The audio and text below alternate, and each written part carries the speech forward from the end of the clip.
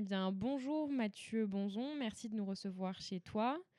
Tu es maître de conférences en anglais au département des langues de l'Université Paris 1, également membre de l'équipe de recherche Centre européen de sociologie et de sciences politiques.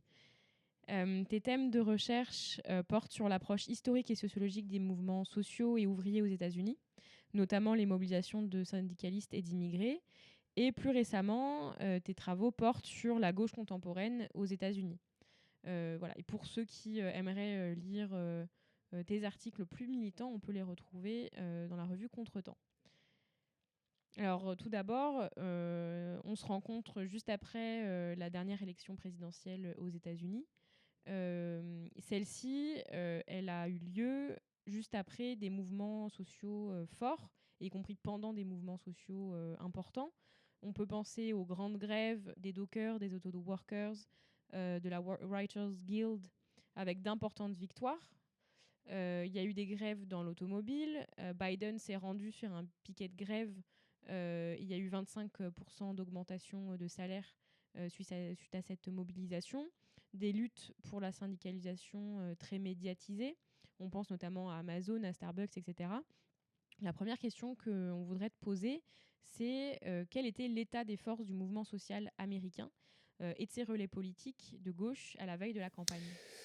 Alors, l'état des forces était assez divers selon les secteurs qu'on regarde déjà. Même déjà, si on prend simplement le mouvement syndical, il faudrait faire des distinctions entre différents secteurs.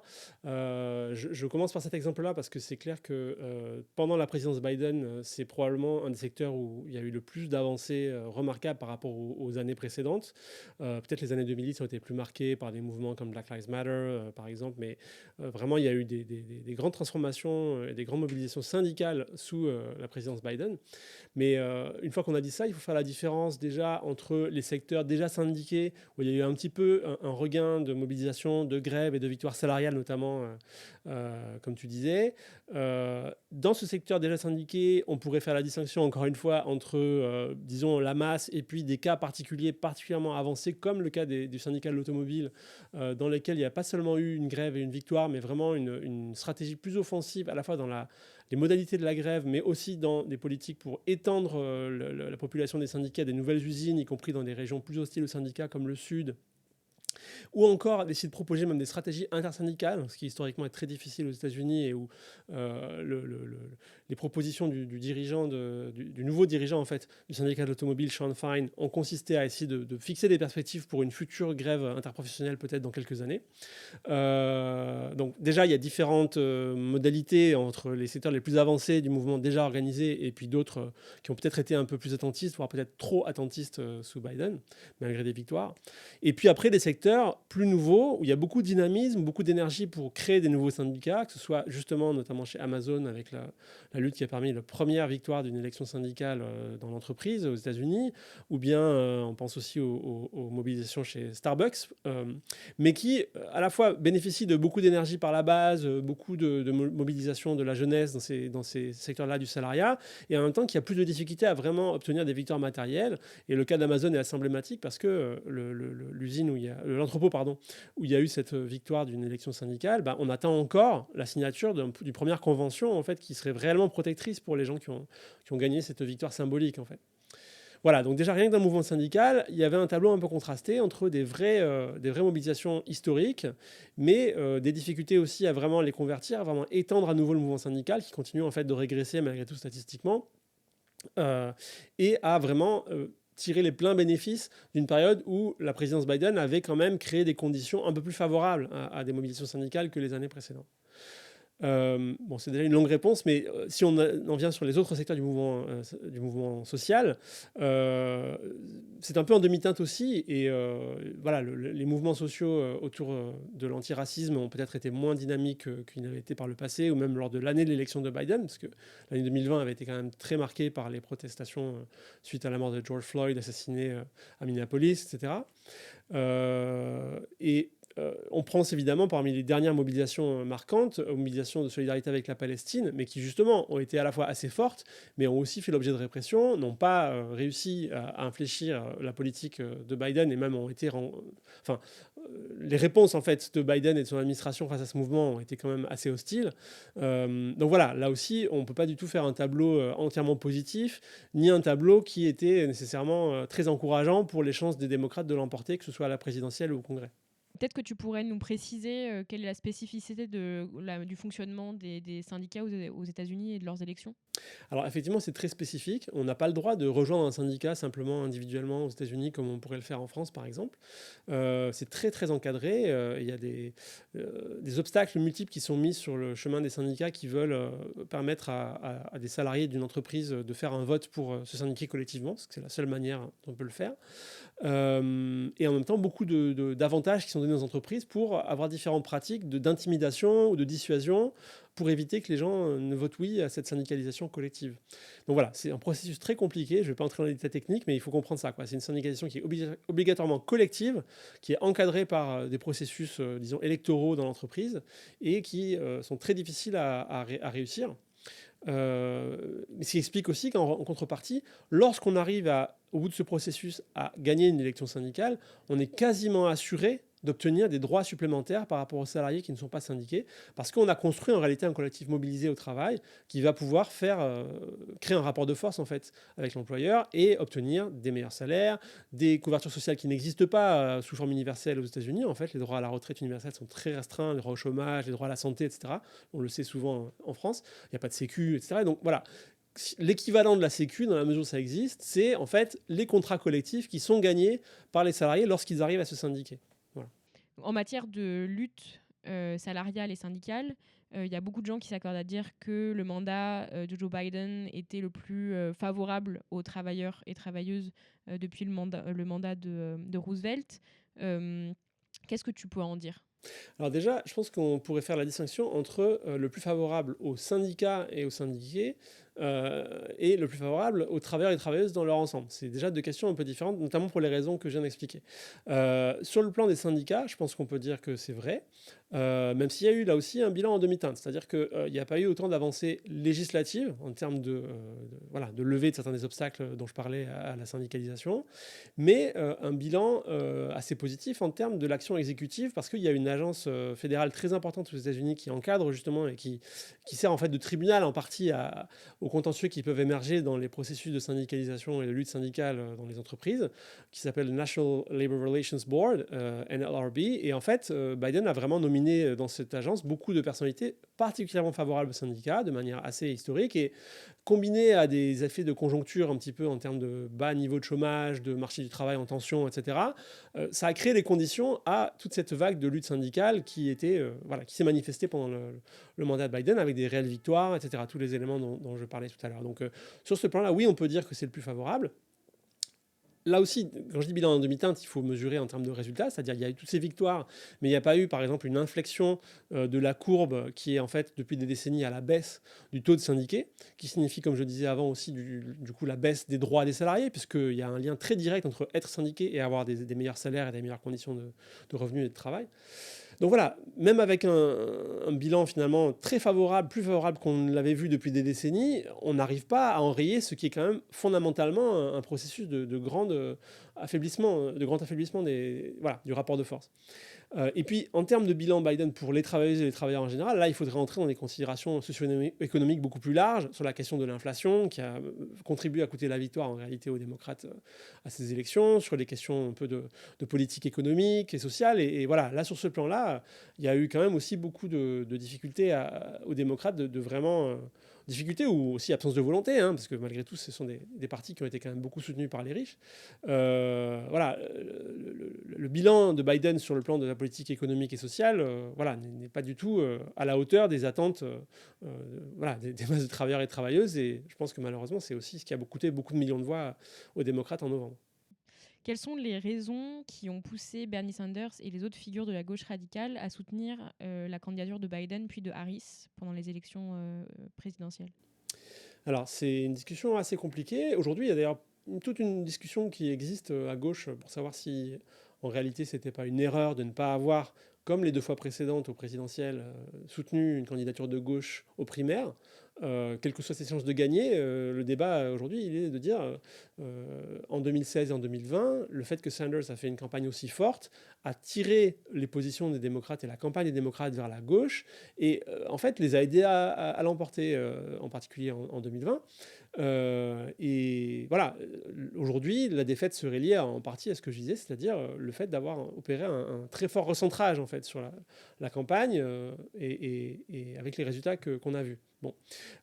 Fallait-il et était-il possible de lancer une campagne primaire comme les fois précédentes? C'est une question qui reste ouverte, on n'aura jamais vraiment la réponse, bien sûr. Déjà, Sanders était probablement aujourd'hui un peu trop âgé pour vraiment être crédible dans ce rôle, même si on a bien vu qu'il n'était pas du tout hors du coup politiquement et que le communiqué qu'il a sorti après les résultats a été extrêmement tranchant pour montrer que même s'il avait été loyal, il pensait que la campagne avait fausse route et que c'était pas étonnant que, comme il l'a dit, les démocrates qui se détournent des classes populaires voient les classes populaires se détourner d'eux. Bon.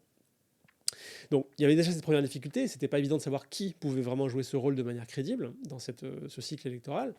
Il y avait évidemment le fait que jusqu'au moment où il s'est retiré cet été, eh bien, c'était un président sortant qui était candidat à sa réélection et que historiquement ça a toujours été très difficile de disputer les primaires dans un contexte comme celui-là.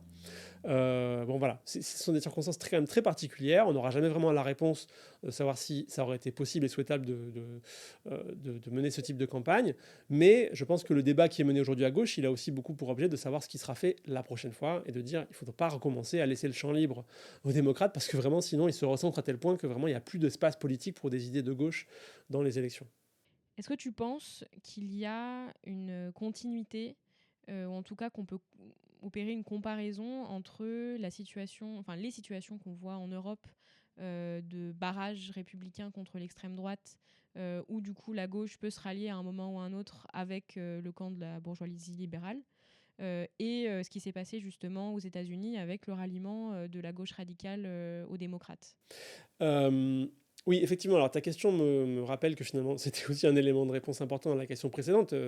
Voilà, c'est pas seulement qu'il y avait un démocrate sortant à réélire, c'est aussi qu'il y avait clairement un Trumpisme qui n'était pas du tout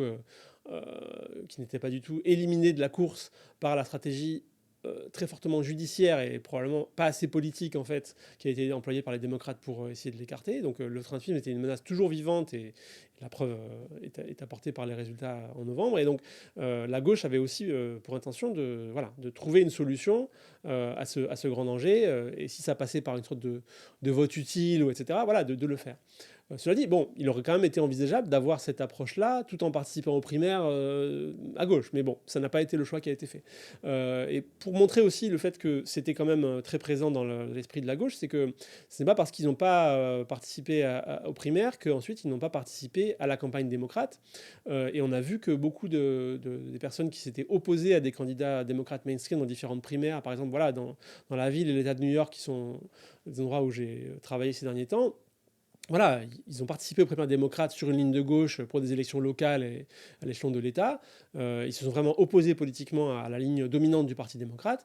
Pour autant, ils étaient suffisamment sérieux dans leur opposition au Trumpisme et dans leur volonté d'éviter que Trump remporte les élections en novembre, qu'ils ont fait la campagne démocrate. Depuis New York, ils ont été en Pennsylvanie faire la campagne dans un État qui a été décisif, qui pouvait basculer d'un côté ou de l'autre, ce qu'on appelle les swing states. Donc voilà, la gauche a malgré tout pris ses responsabilités dans le contexte du danger du retour de Trump, mais se sent justement aussi un petit peu trahi par le fait que les démocrates, eux, ont tenu pour acquis ce soutien de la gauche et ont préféré faire campagne vers le centre en espérant rallier des républicains modérés, etc., qui en réalité ne se sont pas du tout mobilisés pour eux. Et voilà, la campagne elle a plutôt démobilisé la base populaire qui reste encore historiquement c'est des démocrates, même si on voit qu'elle bascule en partie maintenant côté républicain, que réellement attirer des nouveaux électeurs. Voilà. Justement, en parlant du vote des classes populaires aux États-Unis, dis-moi si je me trompe, mais Trump se présente toujours comme le défenseur de la classe ouvrière blanche.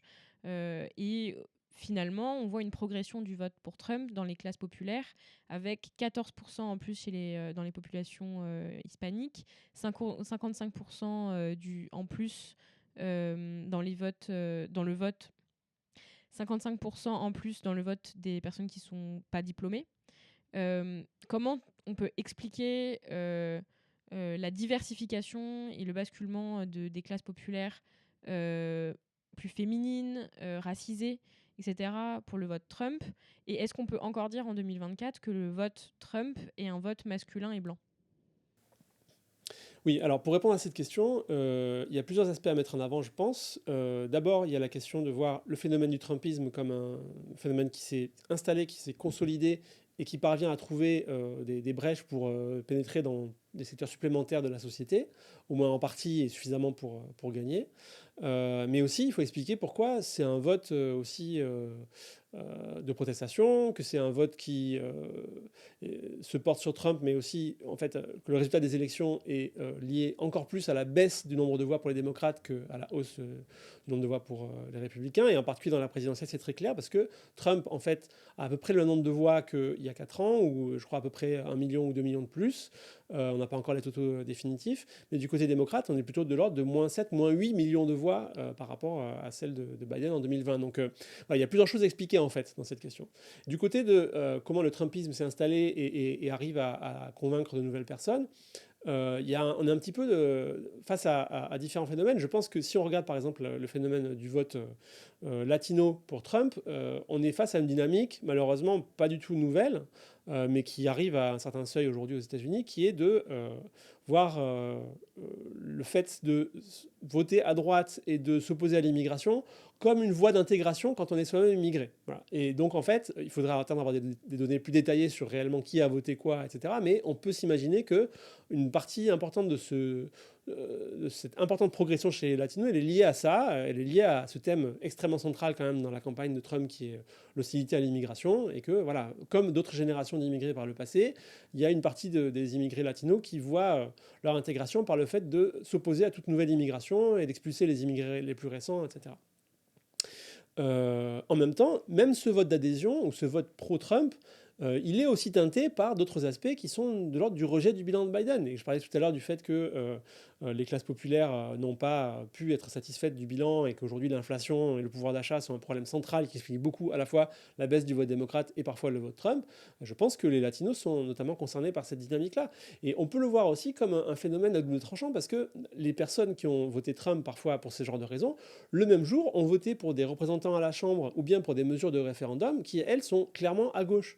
Donc en fait, ça veut dire que même une partie de la base électorale du Trumpisme, elle pourrait être fragilisée le jour où Trump, ce qui à mon avis sera le cas, ne va pas en fait faire une politique qui va satisfaire ces demandes-là en termes de pouvoir d'achat, en termes de niveau de vie, etc. Donc voilà, c'est un phénomène assez compliqué pour répondre à toutes ces questions. Il y a à la fois des secteurs nouveaux, des classes populaires, non blanches ou des femmes qui sont touchées par en fait cette fascisation de la société qu'on observe aux États-Unis et qu'on observe aussi dans beaucoup d'autres sociétés capitalistes occidentales, et en même temps des situations plus ambiguës et qui pourraient se retourner à la faveur de ce que réellement Trump va mener comme politique. Tu parles de fascisation de la société états-unienne. Sur quoi tu pourrais t'appuyer dans tes recherches pour dire que justement il y a une fascisation de la société aux États-Unis? Hmm. Alors, bon, il y a beaucoup de débats autour de ces termes, fascisme, fascisation, etc.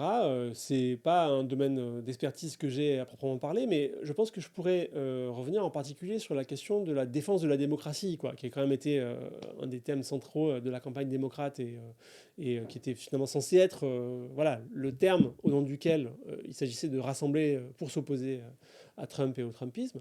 Et en fait, voilà, cette défense même de la démocratie, c'est faite au nom d'une définition bien appauvrie en fait de la démocratie. Voilà, c'est-à-dire que on est face à une campagne électorale où l'argent et en particulier l'argent des riches a joué un rôle encore plus important que jamais. Alors c'est un thème qu'on est habitué à entendre à propos des États-Unis à tel point qu'on finit par s'y habituer. Mais là, on est vraiment arrivé à un tel niveau que réellement la question de qui a vraiment le pouvoir et de qu'est-ce qu'on est encore en train de défendre quand on parle de défendre la démocratie par le biais d'un bulletin de vote démocrate face à Trump, elle est réellement posée, quoi. Parce qu'il y a cet argent énorme, il y a ce bilan de Trump qui ne satisfait pas les classes populaires pour des bonnes raisons, pas seulement pour des raisons de racisme, etc. Donc voilà, en fait, on est déjà dans un débat de défense de la démocratie qui est extrêmement dégradé.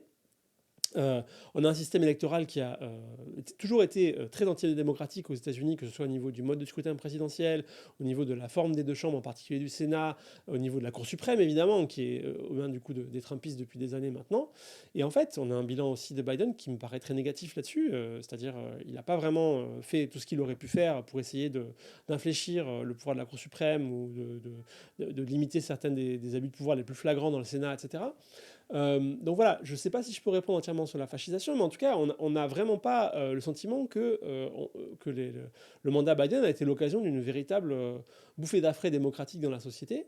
Et c'est justement assez inquiétant, c'est-à-dire, voilà, on a une sorte d'appel au vote utile qui peut rappeler des choses aussi de ce côté-ci de l'Atlantique, mais au nom d'un bilan qui en fait est assez peu démocratique et où, même sur un plan socio-économique, les gens ne s'y retrouvent pas. Et donc en fait, il faudrait sans cesse que la peur du fascisme leur fasse accepter en fait beaucoup de situations du statu quo qui ne sont déjà pas démocratiques et pas satisfaisantes d'un point de vue matériel. Par rapport au rapport à la démocratie et aussi du coup à la violence aux États-Unis, je me posais la question de la place de la désobéissance civile dans le mouvement social aux États-Unis, et notamment parce qu'on voit aussi qu'en France, que par exemple les émeutes suite à un événement très grave, par exemple le meurtre par un policier d'un jeune homme en 2023 à Nanterre, ça soulève une indignation et une colère qui amène à ce genre de type de mobilisation. Mais je pense aussi par exemple aux mobilisations écologistes qui prennent des formes bien différentes des grèves habituelles qu'on a pu connaître tout au long du XXe siècle. Euh, Même si évidemment les grèves n'étaient pas le seul moyen de mobilisation pendant le XXe siècle. Du coup, voilà, quelle est la place de cette désobéissance civile? Quelle forme particulière elle peut prendre aux États-Unis? Et est-ce que ça a eu un impact ou non sur la manière dont s'est passée la campagne présidentielle? Je te posais cette question parce que c'est une des questions qui m'intéresse justement, le basculement ou non, mais c'est une question, c'est un débat de de la grève comme premier moyen de mobilisation et comme premier mode de protestation à des modes de mobilisation qui sont de plus en plus très instantanés, très liés à la viralité d'une vidéo, à un événement qui est rendu visible parce que justement il y a une photo, une vidéo, un enregistrement, etc. Je sais que c'est le cas en France, je sais que c'est le cas ailleurs en Europe et aussi aux États-Unis. C'est aussi ce qui avait eu lieu avec George Floyd par exemple. Et en fait maintenant c'est des crimes qui pouvaient exister auparavant, mais qui maintenant sont rendus très visibles et qui se propagent comme une traînée de poudre grâce aux réseaux sociaux. Et voilà, du coup, je voulais savoir si ça avait une importance, en tout cas, dans le mouvement social aux États-Unis, et si ça avait une implication, y compris sur les stratégies de communication, enfin sur la campagne qui a eu lieu. Alors, en fait, je pense que oui, c'est une question intéressante qui dépasse en fait la simple question de la désobéissance civile au sens strict, en fait, mais voilà, la question des modes de mobilisation un peu pluriels, pas uniquement centrés sur la grève, etc. Effectivement, c'est une question intéressante. Les États-Unis ont un peu une histoire différente de celle de la France, évidemment, là-dessus.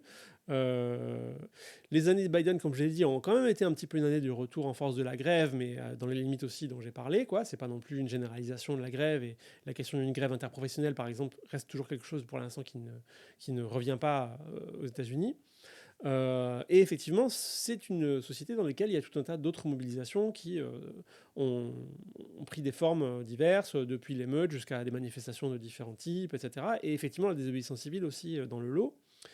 Maintenant, c'est pas du tout quelque chose sur lequel le Parti démocrate a l'habitude de s'appuyer, hein. Voilà, soyons clairs, c'est pas du tout quelque chose qu'il voit d'un très bon œil. Même en fait, à l'époque de l'élection de Biden en 2020, donc j'ai fait référence tout à l'heure au fait que c'était aussi une année très forte pour le mouvement Black Lives Matter. Et en fait, c'était quelque chose qui était assez qui était vécu avec inquiétude en fait par les démocrates à l'époque. Ils avaient un petit peu l'impression que justement ça risquait de leur coûter l'élection. Bon, peut-être justement on peut essayer de leur apprendre que, au contraire en fait, ce qui s'est passé à ce moment-là faisait partie aussi de toute une transformation de la société qui a contribué aussi au rejet de Trump dans les urnes à la fin de cette année-là. Mais vraiment, c'est pas quelque chose sur lequel les démocrates s'appuient activement. Ça les inquiète. Ils peuvent, lorsque c'est à leur tour de le faire, tout à fait assumer de réprimer ce genre de mobilisation-là ou de les laisser pourrir et de s'en désintéresser, etc. On a encore vu ça avec la Palestine au cours de l'année 2024. Donc voilà, c'est vraiment quelque chose qui relève vraiment de la sphère de la gauche et qui permet, là encore, d'éclairer un fait important, mais qui est parfois mal perçu en France, qui est le fait que le Parti démocrate n'est pas et n'a jamais été un parti de gauche, même si il a historiquement réussi à éliminer la gauche, ou empêcher la gauche d'exister. Il a du coup capté les votes populaires pendant une grande partie de l'histoire, de son histoire. Il a été du coup investi aussi par la gauche de différentes façons, et il l'est encore de nouveau depuis les primaires Sanders et puis d'autres qui ont suivi. Voilà, donc c'est important aussi d'avoir ça en tête, quoi. Les démocrates ne sont pas un parti de gauche, même s'ils sont l'espace institutionnel électoral dans lequel la gauche parfois est obligée d'intervenir. Et donc, ça explique en grande partie leur rapport aux mouvements sociaux. Et voilà, dans la mesure où ils ont existé dans l'année 2024, ils n'ont pas du tout été vus comme un point d'appui par les démocrates, et ils ont parfois été combattus par les démocrates. On a parlé de beaucoup de choses concernant les mouvements sociaux, les mobilisations, la campagne présidentielle, le bilan de Biden, etc. On a parlé y compris du positionnement des démocrates. Je voulais te demander comment la gauche radicale, du coup, s'est positionnée du coup, après l'élection présidentielle. Quel bilan la gauche radicale tire de la séquence, et surtout, du coup, quels sont les grands débats qui occupent la gauche radicale aujourd'hui? Alors, déjà, on pourrait discuter du terme gauche radicale, au sens où, en fait, ce qui est marquant dans le paysage aux États-Unis depuis la première campagne Sanders en 2015-2016, c'est la réémergence d'une gauche que j'aurais tendance à qualifier de gauche tout court, en partie pour la raison que je disais qu'il n'y a pas de gauche dans le paysage électoral aux États-Unis, et il n'y en a en réalité jamais eu, sauf à de très rares exceptions près. En tout cas au niveau national, et globalement c'est vrai aussi au niveau local, sauf certaines périodes. Mais aussi par le fait que justement elle se distingue, cette nouvelle gauche, de la gauche qui existait auparavant et qui existe encore, qui peut-être mérite un peu mieux le titre de gauche radicale, qui revendique une orientation dite révolutionnaire, qui a voilà, différentes caractéristiques qu'on associe à l'idée de radicalité politique. Bon, c'est pas pour dire que cette nouvelle gauche, elle n'est pas radicale du tout. Elle est plus radicale, par exemple, que ce qu'a été historiquement le Parti socialiste en France depuis quelques décennies. Donc voilà, il faut être, voilà, il faut essayer d'être précis en fait dans la caractérisation. Et ce qui la différencie de la gauche qu'on appelle plus facilement gauche radicale, c'est justement qu'elle a réussi à franchir un seuil en termes de nombre de membres qui est assez important, et du coup à remporter des élections au niveau local, parfois au niveau du Congrès aussi, avec les cas un peu plus célèbres comme Alexandria Ocasio-Cortez par exemple. Et donc voilà, cette gauche-là, elle est arrivée autour des quelques 18 mois entre la campagne Sanders 2016, l'élection de Trump, et puis 2 ans plus tard l'élection de Ocasio-Cortez et Rashida Tlaib, donc les 2 premières socialistes élues au Congrès fédéral. Voilà, elle est parvenue à passer de quelques milliers à vraiment des dizaines de milliers de membres, presque 100 000 adhérents, et même s'il y a eu une petite baisse depuis, elle s'est stabilisée encore aujourd'hui autour de 70 000 militantes et militants. C'est une organisation qui s'appelle Democratic Socialists of America. Et donc cette gauche, voilà, je préfère l'appeler gauche, même si voilà, elle a une certaine radicalité. Quel bilan est-ce qu'elle tire de la séquence qui vient de se dérouler? Bon, elle insiste beaucoup déjà sur les points dont j'ai parlé tout à l'heure, sur le fait que clairement la campagne démocrate qui consistait à se tourner vers le centre et la droite, à considérer que le bilan économique et social de Biden était bon et que l'électorat populaire ne pouvait pas avoir d'autres opinions malgré ce qui est en train de se passer sur le plan du pouvoir d'achat, et que c'était une bonne stratégie de faire de la surenchère sur l'immigration, etc., était une stratégie perdante et qui a effectivement perdu, aussi bien à la présidentielle que dans un certain nombre d'élections au Congrès. Donc ça, c'est un point sur lequel la gauche insiste beaucoup. En même temps, elle n'est pas dupe sur la nature profonde du Parti démocrate. Donc une de ses particularités justement à cette gauche, c'est qu'elle a investi la question électorale et donc les primaires démocrates, tout en considérant que le Parti démocrate n'est pas un parti de gauche, et voire même en général, elle pense qu'il ne le deviendra jamais, et que donc à terme, il faudra rompre avec le Parti démocrate, mais que les conditions actuelles ne le permettent pas encore. Donc voilà, elle fait ces critiques-là sur la campagne, notamment parce qu'elle espérait pouvoir battre le Trumpisme en fait dans les urnes, voilà, avec un vote utile. Mais pour autant, elle n'imagine pas que le Parti démocrate pourrait un jour devenir le parti de gauche qu'elle souhaite construire. Donc elle essaie de se donner aussi une stratégie pour les années Trump à venir. Et donc par exemple, elle pense beaucoup à une stratégie à l'échelle régionale, à l'échelle locale, d'arriver à continuer à faire avancer les positions déjà acquises par la gauche au niveau électoral à ces échelons-là. Et donc dans le cas de New York, c'est particulièrement intéressant. Voilà, il y a un certain nombre d'élus municipaux. Il y a une campagne municipale pour le maire ou la mairie qui va avoir lieu en 2025, sachant que le maire sortant est le premier maire en exercice à être inculpé par le FBI et donc être en grande difficulté. Donc voilà, il y a une vraie ouverture pour la gauche municipale à New York, il y a des positions au niveau de l'État, etc. Donc voilà, il y a toute une question électorale qui se joue là et qui va prendre d'autant plus d'importance à un moment où les républicains ont tous les pouvoirs au niveau national, fédéral. Donc il y a ces discussions-là qui se mènent. Il y a des analyses à approfondir, mais qui sont réellement intéressantes sur le fait de dire, bon ben, l'électorat de Trump ou l'électorat républicain ne peut pas être considéré comme un électorat perdu définitivement, a fortiori lorsqu'on parle d'un électorat populaire, d'un électorat ouvrier, d'un électorat des personnes de couleur, etc. Voilà, il y a vraiment un enjeu à reconquérir des secteurs de cet électorat et à percevoir qu'on peut voter Trump et voter en même temps pour, comme je le disais, des mesures comme, voilà, par exemple dans le Nebraska, voilà, un État traditionnellement républicain depuis longtemps, les électeurs ont le même jour donné la majorité à Trump et voté des mesures qui instituent des droits au congé maladie dans le secteur privé, qui n'existaient pas jusque-là, par exemple. Ou voté pour un sénateur indépendant qui a aussi mené une campagne, en réalité, très à gauche sur les questions socio-économiques. Voilà, donc il y a vraiment des brèches possibles pour la gauche, plus que pour les démocrates peut-être en réalité. Parce qu'aujourd'hui, le Parti démocrate, comme j'ai dit, c'est le parti préféré des financeurs électoraux capitalistes. C'est un parti qui a mené une campagne centriste et de droite, etc. Donc on peut le comparer pour beaucoup d'aspects à la Macronie, en fait. Voilà. Donc finalement, peut-être que la gauche a plus de chances que le Parti démocrate mainstream, quoi, de reconquérir une partie de ses électorats. Donc elle est capable aujourd'hui de voir cette chance-là, elle est capable de voir cet électorat d'une autre manière que juste une bande d'imbéciles racistes, sexistes et perdus pour la cause, quoi. Voilà. Donc voilà, bien sûr, ça va être des années très difficiles pour la gauche. Et elle se prépare aussi à des batailles rudes pour simplement défendre l'existant, défendre des libertés fondamentales, défendre le droit à l'avortement, etc. Mais elle est capable de voir aussi dans les résultats électoraux du 5 novembre des points d'appui pour ça. Je parlais de l'avortement, il y a eu plusieurs États dans lesquels des référendums ont permis de protéger le droit à l'avortement un peu plus à l'échelle de l'État, dans un contexte où on sait qu'il va être de nouveau attaqué encore plus au niveau fédéral. Donc voilà, ça répond sans doute pas entièrement à la question, il y aura encore d'autres choses à dire, parce que justement cette gauche, elle est quand même assez dynamique aujourd'hui, malgré les résultats du 5 novembre, mais voilà, ça donne déjà un petit peu une idée de comment la gauche aborde la nouvelle situation. Avant de rebondir là-dessus et de passer au mandat à venir de Trump et aux luttes du coup à venir pour les forces progressistes aux États-Unis, tu parlais du vote utile dans dans le bilan que tire la gauche. Est-ce que justement il y a une réflexion ou pas sur le vote utile? Est-ce que ça a encore du sens aujourd'hui ou pas? Est-ce qu'il y a eu un débat là-dessus dans la gauche suite à l'élection? Ouais. Alors, de toute façon, c'est un débat qui n'est pas déclenché par l'élection. Il était déjà central, enfin important en tout cas dans la campagne.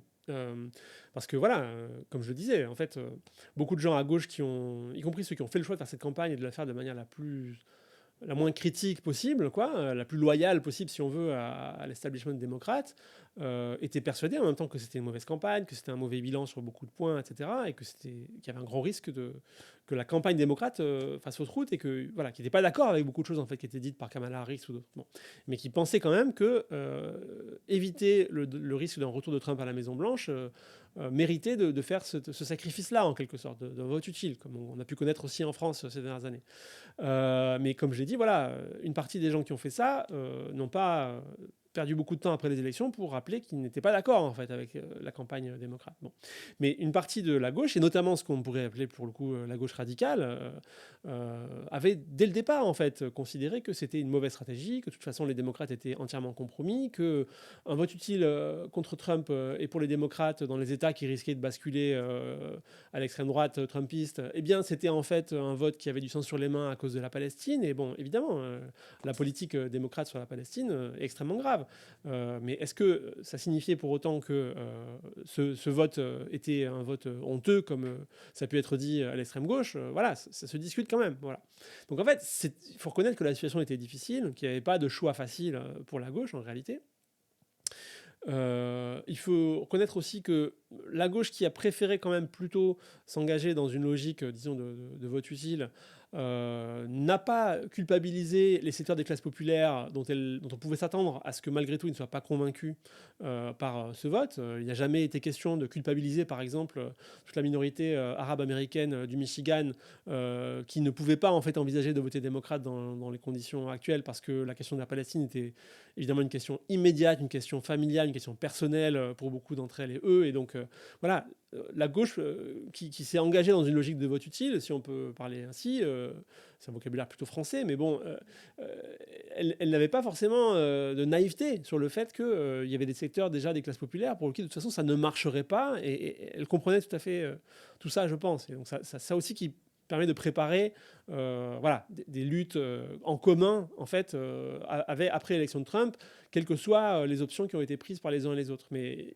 il est quand même vrai que voilà, cette option stratégique un peu dominante de la nouvelle gauche a été l'objet d'un fort désaccord de tout un tas de secteurs de la gauche radicale, avec la campagne du Parti vert de Jill Stein, etc. par exemple, qui incarnait vraiment une ligne assez dure et assez critique, vraiment avec ce que la gauche plus large a pu faire dans ces élections. Donc aujourd'hui, on a un pays où les républicains contrôlent en gros la plupart des centres de pouvoir du pays, notamment le Congrès et le Sénat, mais pas uniquement. À quoi devrait ressembler dans ces circonstances la politique sociale de Trump, et du coup, quelles sont les luttes à venir pour le mouvement social états-unien? Alors oui, malheureusement déjà, si on s'en tient au centre de pouvoir gouvernemental national, il faut aussi mentionner la Cour suprême, qui était déjà en fait dans la poche des républicains, mais qui l'est en fait plus que jamais aujourd'hui. Et une série d'autres centres de pouvoir à d'autres échelons, plus une partie du pouvoir économique, même si, comme je l'ai dit, les riches ont quand même soutenu plus les démocrates que les républicains dans cette campagne. Alors, quelle va être la politique et qu'est-ce qu'on peut prévoir comme lutte?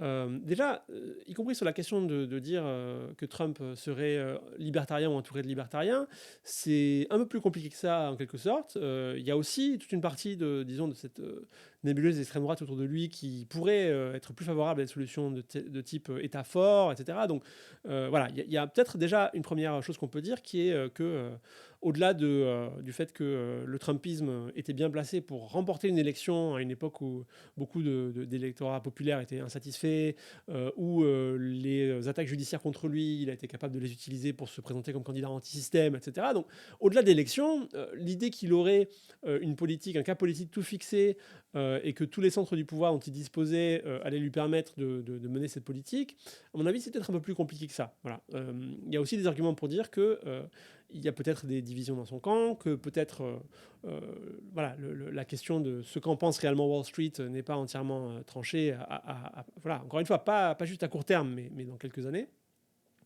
Voilà, donc ça c'est une première remarque. Mais malgré tout, ce qui est certain, c'est que voilà, vu la campagne qu'il a menée, vu qui il est, vu les soutiens qu'il a, etc., on peut s'attendre à une série de mesures extrêmement graves sur le plan des libertés fondamentales, sur le plan de l'immigration, sur le plan des droits des femmes, sur le plan du racisme institutionnel, sur le plan des droits des salariés, des syndiqués, etc. Voilà, on peut s'attendre à une remise en cause radicale de beaucoup des droits qui restent quand même entre les mains des exploités, des opprimés aux États-Unis. Donc voilà, ça fait beaucoup. Voilà, il y a vraiment une série de fronts qui vont être ouverts, je pense, très rapidement.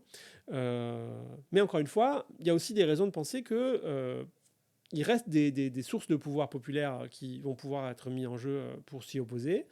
Encore une fois, on a parlé de l'importance des luttes syndicales ces dernières années, et certains des facteurs qui ont permis ces luttes ne vont pas disparaître du jour au lendemain parce que Trump et les républicains ont gagné les élections.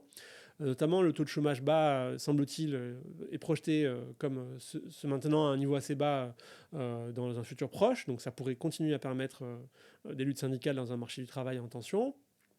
Il y a quand même des forces entre les mains des syndicats qui sont importantes, que ce soit au niveau de la base avec un certain dynamisme ces dernières années, mais aussi des ressources financières que certains critiques à gauche disent que les syndicats n'ont pas suffisamment consacré à des campagnes pour recruter de nouveaux membres, mais qui du coup pourraient être mis dans la balance si vraiment ils sont attaqués de manière historique, ce qui est possible sous un tel pouvoir républicain trumpiste. Donc voilà, c'est juste pour donner un exemple d'un secteur dans lequel voilà, il y a des raisons de craindre et en même temps aussi des raisons de penser que les luttes vont être fortes. Ça va être des luttes très rudes, une période sans doute très difficile, mais où des retournements de situation sont possibles. Le sujet de l'immigration m'intéresse aussi parce que j'avais travaillé dessus sous la présidence Bush, donc ça fait déjà quelques années. Mais c'est justement un sujet sur lequel, à un moment dans la deuxième mandat de George W. Bush, où il y a eu des attaques très très dures de la droite républicaine contre l'immigration, le parti républicain en réalité était divisé sur cette question-là et est survenu un mouvement de masse vraiment imprévisible mais extrêmement fort et qui a amené à l'arrêt en fait de la politique anti-immigration qui était prévue à ce moment-là. Bon, le temps a passé depuis et malheureusement les politiques anti-immigration ont pu continuer d'avancer sous d'autres formes, mais c'est pour indiquer aussi que même dans des moments où on s'attendait en fait à un désastre pour les immigrés, en fait la situation, le pouvoir en place était moins stable qu'il ne le pensait, s'est divisé sur ces politiques-là et a fait face à une mobilisation plus forte qu'attendue, etc. Bon, on n'est pas dans la situation de 2016 où il y avait une réaction spontanée très forte au Trumpisme, donc ça peut inciter à une certaine prudence ou même à un pessimisme, mais voilà, dans différents secteurs de la société, je pense qu'il y a aussi des forces qui se préparent, qui sont peut-être aussi plus organisées qu'en 2016, en tout cas sur le plan de la gauche politique, c'est quand même assez net, et qui n'ont pas dit leur dernier mot face aux différentes contre-réformes et politiques liberticides et fascisantes en fait, qui vont être portées par le Trumpisme. Dans les politiques contre l'immigration, on aura bien entendu des mobilisations d'immigrés qui lutteront pour rester aux États-Unis et pour préserver leurs droits, si on peut parler comme ça, puisqu'ils n'en ont pas énormément. Mais qu'est-ce qu'on peut s'attendre de la part... donc on parlait tout à l'heure des organisations syndicales qui ont une nouvelle vitalité, enfin, voilà, des nouvelles formes de mobilisation et aussi des victoires très médiatisées dont on parlait tout à l'heure. Qu'est-ce qu'on peut s'attendre en termes de solidarité dans les luttes entre les mobilisations d'immigrés et les mobilisations syndicales? Est-ce que tu as une idée peut-être des solidarités qui existent déjà ou qu'est-ce que tu pourrais nous dire à ce sujet? Alors, c'est une question un peu complexe. Disons que déjà, la superposition entre les secteurs syndiqués disons de la main-d'œuvre et les secteurs dans lesquels il y a une forte présence immigrée n'est pas si forte que ça, en fait. C'est-à-dire que, en fait, souvent d'ailleurs, les mobilisations de type syndical dans les populations de travailleurs immigrés prennent des formes, disons, plutôt parasyndicales, en fait, construisent un peu des institutions hybrides à mi-chemin entre les syndicats et les associations, etc. Parce que justement, ils sont dans des secteurs où c'est plus difficile d'arriver à passer par toutes les embûches du parcours de syndicalisation telles qu'elles sont définies dans la loi, comme je le disais tout à l'heure. Donc voilà, il n'y a déjà pas une superposition très nette. Bien sûr, il y a des syndicats dans lesquels il y a des immigrés, hein, c'est pas la question, mais voilà, on parle en partie de secteurs différents, quoi, parce que voilà, du fait de ce que ça apporte d'être syndiqué en termes de droits, en fait, les emplois des travailleurs syndiqués sont des emplois plutôt plus favorables que la moyenne, et donc pas ceux qui sont occupés en priorité par les immigrés les plus récents, qui sont plus précaires, etc. Donc voilà, il faut déjà voir cette espèce de sectorisation voilà. Ce qui ne veut pas dire qu'il n'y a pas d'alliance possible, hein. Et justement, il y a aussi, dans les périodes assez fortes de lutte dans l'immigration qu'il y avait eu dans les années 2000 notamment et début 2010, on voyait bien qu'une des dimensions disons de la combativité des salariés immigrés, c'était le fait qu'ils venaient de pays dans lesquels il y avait une culture syndicale, une culture du mouvement ouvrier parfois plus forte qu'aux États-Unis, et où il y avait un peu des choses qui leur paraissaient naturelles en termes de défense collective des droits au travail, etc. Donc c'était quand même quelque chose qui était présent, et que les syndicats eux-mêmes pouvaient percevoir comme des opportunités pour pouvoir créer des syndicats dans certains secteurs, etc. Donc il y avait quand même eu à cette époque-là, voilà, je connais un peu moins l'actualité récente, mais voilà, des vraies rencontres qui avaient pu se faire entre des collectifs par la base ou des collectifs immigrés au travail qui n'arrivaient pas forcément à entrer dans le syndicalisme au départ, mais qui finissaient par manifester une combativité qui attirait des organisations syndicales plus classiques, etc. Donc voilà, on peut imaginer que si on entre dans un nouveau cycle de répression de l'immigration, etc., il pourrait y avoir des opportunités pour une nouvelle intervention de ce type-là. Mais voilà, ça c'est, encore une fois, si on essaie de prendre les choses en termes d'opportunités, en termes d'optimisme de la volonté, comme on dit parfois. Bien sûr, voilà, il y a aussi beaucoup d'obstacles qui sont liés, comme je le disais, au fait qu'on ne parle pas entièrement des mêmes secteurs de la société, que voilà, les politiques anti-immigration, elles ont fait leur chemin dans la société, que le Trumpisme a fait son chemin, que les démocrates eux-mêmes ont cru bon de jouer une sorte de surenchère sur ce terrain de l'immigration avec l'extrême droite, ce qui évidemment est toujours très dangereux et sert l'extrême droite et fragilise ensuite les luttes de l'immigration lorsque les démocrates perdent les élections et sont dans l'opposition. Donc voilà, il y a aussi beaucoup de raisons d'être inquiet malgré tout. Mais je pense que pour les raisons que je disais, c'est pas du tout une bataille perdue d'avance et que on peut même avoir des surprises et qu'il peut y avoir des mobilisations qui n'ont pas réussi à s'organiser dans les précédentes étapes de la politique anti-immigration, que ce soit sous Trump ou sous Biden, et qui peut-être, voilà, au bout d'un moment, par les forces parfois invisibles de la lutte des classes, finissent par arriver à une percée dans ce nouveau mandat de Trump. Donc on s'apprête à avoir des politiques anti-immigration assez fortes. Et pour autant, pendant la campagne, bon, tu disais déjà tout à l'heure que les populations d'origine hispanique pouvaient aussi avoir une stratégie de dissociation des immigrés plus récents pour, y compris, voilà, pour s'intégrer, etc. Mais c'est peut-être pas aussi clair dans les clans dans les rangs des républicains. Et comment ils ont pris cette volonté de Trump d'aller draguer, si on peut dire, une partie de l'électorat des classes populaires, et donc y compris les catégories issues de l'immigration hispanique. Est-ce que ça a créé potentiellement, y compris, des contradictions au sein du Parti républicain? Qu'est-ce qui existe comme débat et comme tension à ce niveau-là? Bon, déjà, c'est l'occasion de souligner un point quand même qui est important sur la forme des partis aux États-Unis. Je ne vais pas entrer dans les aspects les plus techniques, mais en tout cas, un point qu'on peut souligner, c'est que les partis sont relativement lâches et souples en termes de ligne politique. Ce qui peut être paradoxal quand on parle en particulier du Trumpisme, qui apparaît comme voilà, une forme de néofascisme, donc où on s'attend en fait à une sorte de rigidité aussi politique en quelque sorte, quoi. Mais malgré tout, voilà, les structures du système électoral et de partis aux États-Unis permettent cette souplesse qui n'a pas entièrement disparu sous le Trumpisme, mais en quelque sorte, ça permet déjà une certaine marge de manœuvre, en fait. Si on regarde surtout le Congrès ou les échelons enfin les échelons locaux et régionaux, voilà, ça permet de s'adapter un petit peu à quel est vraiment l'électorat en présence et de mener un peu, d'adopter différentes lignes par rapport à telle ou telle question politique. Une autre chose qui me paraît importante, c'est que par rapport à 2016, où le Parti républicain a vu arriver Trump un peu comme un ovni et pouvait avoir du mal à lui accorder de la crédibilité, pouvait le voir un petit peu comme quelqu'un d'imprévisible et dont on n'était pas très sûr qu'il allait vraiment être au service du parti ou qu'il incarnait vraiment les valeurs conservatrices qu'il prétendait défendre, etc. Notamment si on pense à la droite chrétienne, par exemple.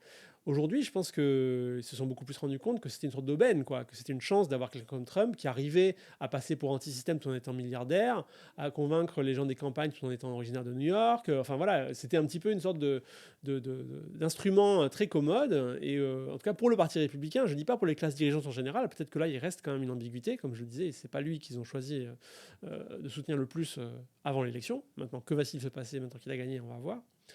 Mais voilà, au niveau du Parti républicain, je pense que finalement, voilà, il a vraiment rallié le parti à sa cause. C'est ce qu'on a pu constater, alors même qu'il était au milieu des démêlés judiciaires. Voilà, le parti l'a pas du tout abandonné. Au contraire, ils ont senti qu'en fait, ils pouvaient mieux que personne, en réalité, gagner ces différents électorats. Et donc, dans un sens purement instrumental. C'est-à-dire qu'effectivement, je pense que le Parti républicain n'a pas vraiment l'intention de se mettre au service de l'électorat latino ou de la partie de l'électorat latino qui s'est tournée vers lui, quoi. Voilà, hein, c'est possible qu'il arrive à le satisfaire sur certaines questions, mais c'est pas son objectif, quoi. Il a pensé que dans cette élection, c'était possible de faire comme ça. Bon, qu'est-ce qu'il faudra faire dans 4 ans pour gagner à nouveau La question, il ne se la pose pas tout de suite, en réalité. Voilà. Donc, je pense que c'est pas vraiment quelque chose qui constitue un problème pour les républicains. Sauf au niveau du simple fait que voilà, ils ont mené une campagne qui est en partie contradictoire, mais pas seulement sur la question de l'immigration en réalité, et qui va voilà, être à l'épreuve des faits maintenant. On va voir s'ils arrivent à mener une politique qui arrive à contenter tout le monde autant que leur campagne, et à contenter des secteurs assez différents de la société, quoi. Merci. Du coup, j'ai une dernière question en tant que prof en France qui est spécialisé sur les questions politiques et sociales aux États-Unis. Du coup, tu regardes ce qui se passe aux États-Unis avec un regard très extérieur, même si évidemment tu travailles aussi en lien avec le terrain là-bas. Euh, j'imagine que en suivant l'actualité, en lisant les articles, etc., tu t'es aussi fait des réflexions sur ce qui se passe en France et tu as pu éventuellement tirer soit des leçons, soit des réflexions, soit des choses voilà, où tu t'es dit, ah bah, on devrait en tirer des leçons, quoi. Et du coup, voilà, je voulais te demander de partager avec nous aussi, en tout cas, tu as eu ce genre de réflexion, les leçons que tu penses qu'on pourrait tirer de cette séquence poétique-là aux États-Unis pour la gauche en France. Il y a plusieurs choses à dire. Déjà, la première chose qui est frappante, c'est que avec tout ce qui sépare quand même les États-Unis de la France, voilà, j'ai déjà mentionné pas mal de différences dans mes réponses et il y en a encore d'autres. On voit apparaître un résultat électoral qui rappelle quand même beaucoup, alors cette fois-ci avec la victoire de fait de l'extrême droite, mais enfin, on a quand même un petit peu envie de trouver que les démocrates ressemblent un peu à la Macronie et que les Trumpistes ressemblent un petit peu à l'extrême droite qu'on a en France. Bon. La grande différence étant qu'en France, il y a quand même un troisième pôle très fort de la politique, qui est la gauche, et voilà, ça change beaucoup de choses là aussi. Mais malgré tout, ces ressemblances, elles sont frappantes et elles permettent quand même de voir qu'on est face à des tendances qui sont à l'œuvre à l'échelle internationale. Voilà, au moins dans les grands pays du centre capitaliste, historiquement les démocraties libérales de moins en moins démocratiques à l'Occident, on voit que ces deux forces-là sont très importantes et sont un peu les deux pieds sur lesquels les classes dirigeantes s'appuient pour maintenir le capitalisme écocidaire et avec tous les désastres qu'il porte, coûte que coûte, quoi. Donc voilà, ça c'est le premier constat. Je trouve que c'est pas toujours aussi net en fait, et là cette année, ça m'a vraiment sauté aux yeux. La deuxième chose, c'est justement l'importance de cette gauche que nous avons et que les États-Unis essayent de reconstruire. Et là, je ne sais pas si on peut parler de leçons, mais en tout cas, voilà, je trouve que c'est quand même particulièrement impressionnant, au-delà de juste la dernière séquence électorale, mais depuis une dizaine d'années, la façon dont les États-Unis vivent en fait la réémergence d'une gauche dans un paysage où en fait elle avait disparu et elle n'avait jamais vraiment réussi à s'imposer comme elle l'avait fait en Europe occidentale par le passé. Donc voilà, je ne sais pas exactement ce qu'il s'agit d'en tirer, mais c'est forcément quelque chose qu'on doit regarder de plus près parce que c'est vraiment quelque chose de difficile à réaliser et pourtant qui est en train de se produire sous nos yeux. Alors, c'est d'autant plus intéressant de regarder aussi ça dans la mesure où, de notre côté, oui, nous avons une gauche qu'ils n'ont pas, ou à une échelle qu'ils n'ont pas, etc. Mais en même temps, les partis de gauche qui ont été historiquement importants dans l'Europe occidentale sont évidemment en crise depuis des décennies. Et le fait d'arriver à reconstituer une politique de gauche qui est réellement portée par des organisations contrôlées par leurs membres, etc., c'est quelque chose qui est une difficulté et où, là aussi, il y a des expériences très intéressantes qui se mènent aux États-Unis. Donc, moi, c'est vraiment quelque chose qui m'intéresse beaucoup. Voilà, depuis la France, quand je regarde cette actualité politique aux États-Unis. Et puis il y a un dernier élément qui me paraît intéressant aussi quand on regarde les choses depuis la France, qui est que voilà, j'ai beaucoup insisté sur le fait que quand la gauche tire les bilans de cette campagne, il y a la notion de vote utile et l'idée que les démocrates ont perdu parce qu'ils n'ont pas en fait pris la mesure des problèmes de classe et du fait que les classes populaires ne pouvaient pas se satisfaire de leur bilan et avaient besoin de mesures socio-économiques fortes pour être convaincus de voter pour les démocrates malgré l'inflation et le bilan socio-économique difficile des dernières années. On pourrait essayer de plaquer ça sur la situation française et dire en gros une campagne qui va trop parler d'antiracisme et qui va trop parler de questions sociétales entre guillemets et pas assez de la question sociale du travail, etc., va être perdante. Bon, il y a des gens en France qui défendent ça et qui critiquent le NFP comme ayant été ou le LFI pour avoir été trop dans cette direction-là. Mais en réalité, ce serait un contresens parce que les démocrates, ce n'est pas LFI, ce n'est pas même le NFP. Ça, comme je l'ai dit tout à l'heure, ça se rapproche beaucoup plus de la Macronie en réalité. Donc quand ils présentent une femme noire, ils ne sont pas crédibles en réalité comme antiracistes et comme féministes. Et en revanche, ils n'ont jamais vraiment été crédibles en termes de politique socio-économique. En tout cas, malgré les tentatives un peu timides au début du mandat de Joe Biden, voilà, les dernières années n'ont pas été favorables aux classes populaires. Et c'est ça qui a amené au vote sanction du 5 novembre, en grande partie. Donc voilà, ce serait vraiment un contresens d'associer finalement la campagne Harris à des campagnes authentiquement de gauche qui ont été menées en France, qui d'ailleurs n'ont pas du tout délaissé la question sociale en intégrant des questions antiracistes, anti-impérialistes, etc. Et donc voilà, je trouve que c'est important de prévenir tout contresens là-dessus, même si en réalité, j'ai pas entendu beaucoup de gens en France le dire comme ça, mais voilà, je me dis que ça vaut quand même la peine d'être souligné. Merci beaucoup, merci de nous avoir reçus chez toi, merci de nous avoir accordé cet entretien. Merci à vous.